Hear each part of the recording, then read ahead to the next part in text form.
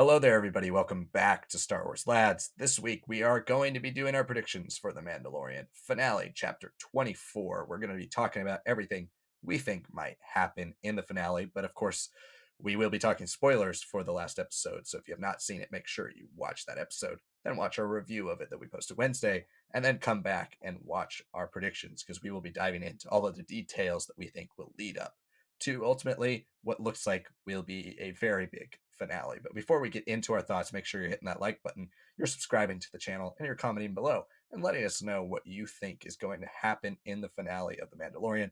Let us know all of your practical predictions, your impractical predictions, all the things you think will go on in that last episode.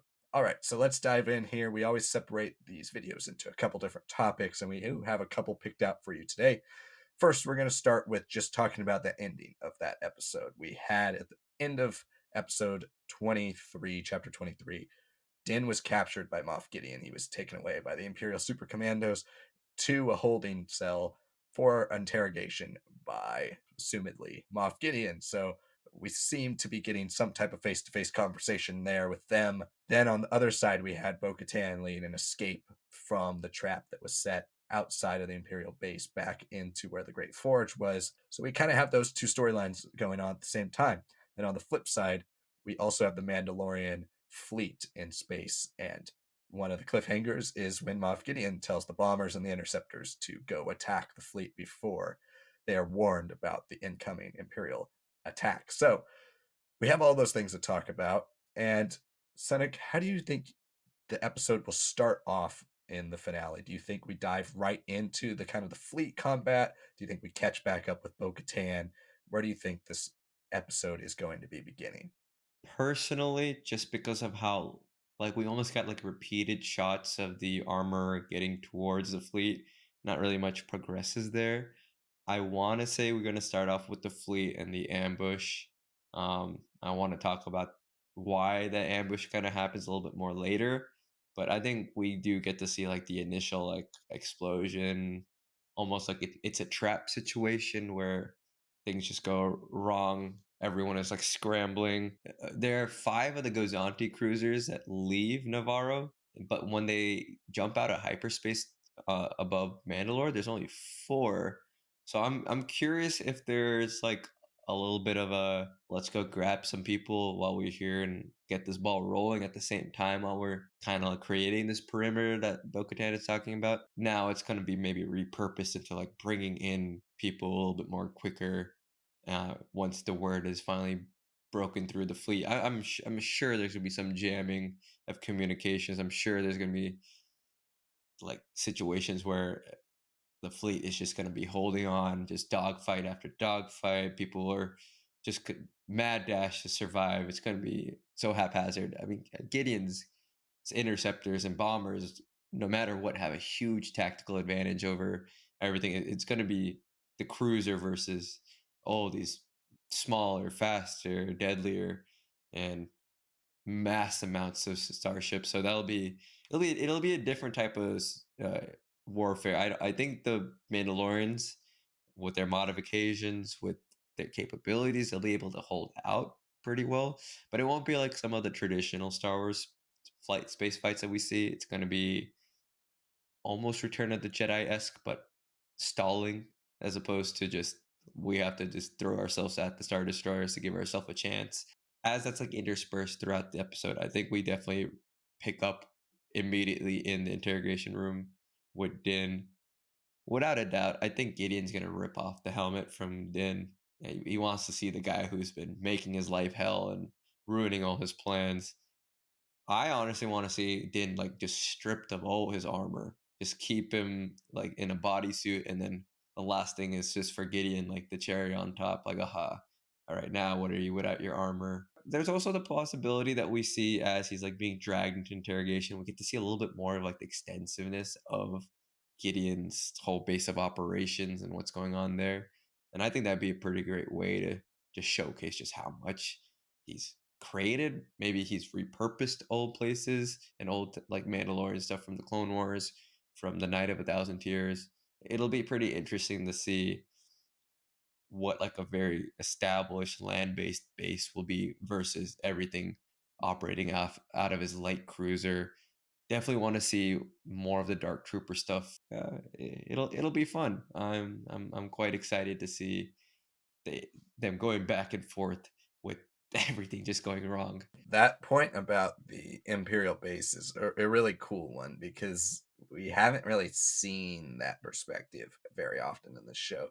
And I think it would be really neat to see how Mandalore itself is utilized as an Imperial base because we've seen versions of it in Rebels, but we haven't really seen the full-fledged like Imperial war machine fully established on Mandalore. How would they use it, especially as a covert base? So that would be really sweet. And we've already seen, some of the iconography of the base with the way Gideon is walking through the ray shields and all that type of stuff. Looks pretty cool. He's a very flamboyant person. He likes his flourishes of like making everything look cooler than it probably needs to be. I would very much like to see like what weird things he's just got as like little touches that kind of rub it in the face of the Mandalorians a bit more, just to stick it to Din a bit more, and then eventually Bo-Katan. I think the interesting thing about this episode, and I know it's been most people's complaint all season, is that this is the story that we kind of were expecting and hoping for, is about the reclamation of Mandalore and how do we take it back. And now we're down to one episode to really wrap it up. And I think that's going to be interesting to see how much of this episode does wrap it up and how much is left for next season. And part of that is the Din storyline, because I'm with you where I think this episode starts with the battle in space and the fleet being attacked. I think we left that at a weird point, and like it was a weird cliffhanger because the cliffhanger for it starts about 20 minutes before the episode's over. It's before we even have the monster attack. The way that cliffhanger was used was, I think, used more so to catch you off guard that the Mandalorians were ambushed on Mandalore, making you build the suspense and think, oh, they're about to get attacked in space. Well, now they actually are about to get attacked in space. I think that is the first thing we start with. I think we do get back to Bo-Katan relatively quickly. She doesn't have a ship. Do they regroup and then go back charging in for Din? I think they do because they're Mandalorians and they're hard-headed and they're straightforward, but at the same time, they know they can't beat the numbers, especially with Paz doing about 85% of the work all the time in these battles. Without him, I don't know how they actually do this. It's going to have to be more covert. I think it will rely a bit more on like Bo's knowledge of the planet, knowledge of where they are. Maybe she starts to realize like what section of the city Moff Gideon's base was built in, and they use that and their familiarity with Mandalore to gain that upper hand. I would like to see stuff like that. But when it comes to Din, there's two ways I could see this going. I mean, I could see him being captured into next season. There's also two ways to go with Moff Gideon. Moff Gideon could either be fully defeated, killed at the end of the season, and that character who is challenging Thrawn is now off the table. Maybe that is part of Thrawn's ploy. Maybe that's why we haven't seen him yet. That's because he's trying to goad Moff Gideon into a fight that he thinks Moff Gideon will lose. On the other hand, Moff Gideon has been built up this whole season only for him to show up in the second to last episode. If we killed him off in this finale, I think it would feel a little hollow. It would feel a little quick, especially because he was defeated last finale. So I'd like to see a bit more of the character. And with that, I would like to see it carry over into next season personally. I'd love to see the end of this episode have Thrawn in some way. Maybe he shows up at the very end or in a post-credit scene to challenge Moff Gideon. Maybe we have that one-on-one, that like eye-to-eye conversation finally between them. It's going to be really interesting to see how they balance it. I mean, obviously, every week we hope for longer episodes. We hope for hour-long episodes. We hope for 55-minute long episodes. Hopefully this one is. Let's talk about one other thing that we definitely really wanted to talk about in the review, and we had a whole big conversation about it before we started our review, and that is the title of last episode, which is The Spies. Who are the spies? That's what we're going to talk about, because the spies, you could say, well, Elliot Kane is a spy. That's really the only spy we get in this episode. We could mention maybe Imperial spying on each other. We could say Mandalorian spying in different places, but we haven't seen anybody we know is a spy yet. And that's led us to come up with a couple different candidates for who the spies could actually be. There are two specific Mandalorians who leave the battle before it started. Sanik, what are your thoughts on who the spies could be, and how do you think that will play into next episode? Well, our two prime candidates are the Armor and Axe Woes.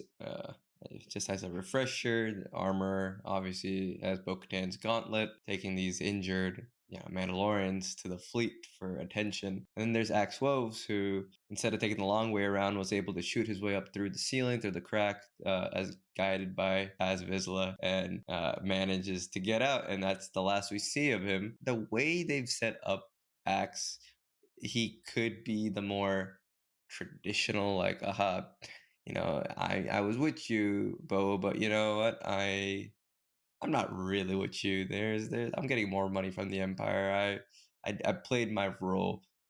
And I mean, I think that would still be good. I think that's safe, because I really want the Armor to have been in this long long play for power and all that. And I think there's also the question of, like, that's always been bugging us for so long. Like, who is the Armor? I think we've also got like some tidbits of information about how they finally referred to Death Watch, right? And they're like, well, Death Watch splintered into different factions. And in my mind, I can almost see the Armor being like a rook cast, taking all the ideology there and splintering off. I can see her identity being a big reason for her being the spy, and she is in the prime position. She can just walk in, say that she's there for medical care, distract everybody, jam signals, and bam, like this interceptor bomber run could be vicious. Like the whole fleet could be dead in the water until someone inevitably comes. And I think that would be quite interesting, because she easily survives the events of season one. On Navarro, she's just there. Like everyone else is massacred except for Paz. I think that would be like a really strong way to tie with season one and have everyone be like, oh my God, like everything that I thought I understood about the Mandalorians and characters, everything that Din thinks he understands about the Mandalorians being revealed as a lie. Like maybe even Gideon uses this to be like, oh, she's always been on my side. She's always like gave her the position of, breaking down the Mandalorians, making you guys into like cultish, weak, always on the run figures, never to reach your full glory, right? I'd love to see just his whole identity that he's like re-embraced this season, and it seemingly went from a little less cultish to more, this is just another Mandalorian subculture, right?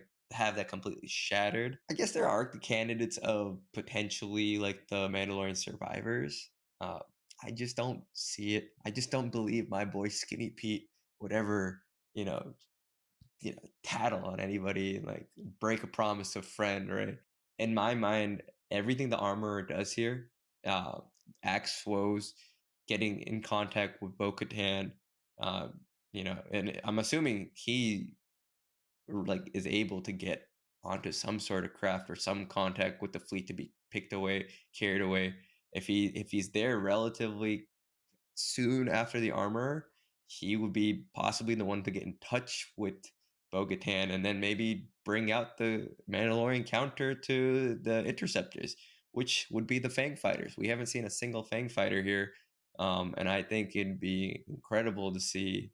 Again, I will die on this hill to see Fen Rao brought into this. I'd love to see even more so than that, you bring him and his crew, but then you also bring the whole Book of Boba Fett crew, and bring Boba Fett, bring Fennec, have fights on land, underground, in the spaceships. And I'd love to see the Armor like have her huge twist and then be undone after like 50 incredible minutes, and have her be like a depressing but also like a reframing of the whole show way of death. So that's how I would want the episode to play out with her as the other spy. She has as good a case as anybody when you start to track the plot points throughout the entirety of the show. You can see, even if this wasn't necessarily a plot point they had written back in season one or even season two, if there is a spy amongst the ranks of the Mandalorians, I don't think, unless it is the survivors, I don't think any of the spies, Axe or the Armorer, will be doing it for personal gain. It'll more be out of vengeance on Bo Katan. I think she is the fulcrum for all of this because they're sworn enemies, like Gideon says. The Armorer is using Bo Katan to create a fake sense of unity, only to lure her into a trap and be like, now Mandalore is ours, as promised to us by Moff Gideon after he took down our covert in season 1 and killed everybody and cut a deal with me to send Din Djarin on a mission to find the Jedi, which ultimately would lead him to Bo-Katan Kryze because of her relationship with the Jedi. And all of these things could unfold. It's a superhero villain type plan, but it's one that actually has some basis, and I think could actually work when you track it through the show. The only part about that that still goes in a bit of a different direction for me is that she leaves before, she even sees that creature that steers them into the forge. She leaves before they are found by the Empire. She could have told them while they're going to the forge, just wait for them there, but she didn't know exactly when or how they were going to get there. Axe, on the other hand, gets into the fight. They get all the way to the forge, and he just leaves mid-fight to go warn the fleet. But how is he going to warn the fleet? They don't have any ships. He's going to have to fly with his jetpack all the way into space and tell them, you're supposed to not be able to get on comms with anybody on Mandalore without getting through the storm. So how is he actually going to do that? How is he not going to get killed in the storm? There's a lot of weird things that go on with that that rubs me a bit of the wrong way. He does have the Imperial vessel that he's commanding. Maybe it's one of those things like, if you bring us Bo-Katan and the Children of the Watch, who have been such a pain in our ass for so long, I, Gideon, will give you Mandalore. So it's kind of, there's Mandalore as the gift, which we obviously see in this episode. The whole idea of Bo-Katan surrendering being shown here, that's a moment that plays for both characters. And we have Din, who goes up to her and shows his loyalty. We also have the armorer sitting there listening. We also, on the other side of the table, Axe sitting there listening. We see, because he doesn't have a helmet on, we see the disgust on his face in that moment. He can't even look at her. So there's always that ability for him to just be like, I'm going to take down Bo-Katan, and in the process, I'm going to become the new Mandalore. I'm going to have Mandalore. All I have to do is cut a deal with the Empire. But those are our predictions for Season 3, Episode 8 of The Mandalorian, the finale. Thank you so much for watching. Of course, if you have not liked the video yet, please do so. Subscribe to the channel for continued content. We will be reviewing the finale next Wednesday, so make sure you are subscribed so you can see our video as soon as it comes out. Also, comment below. Let us know what you think will happen. Make sure you're checking out our community tab for the latest polls in our Star Wars video game bracket. And of course, watching all of the other videos we post on this channel. Thank you so much for watching, and we'll see you next time.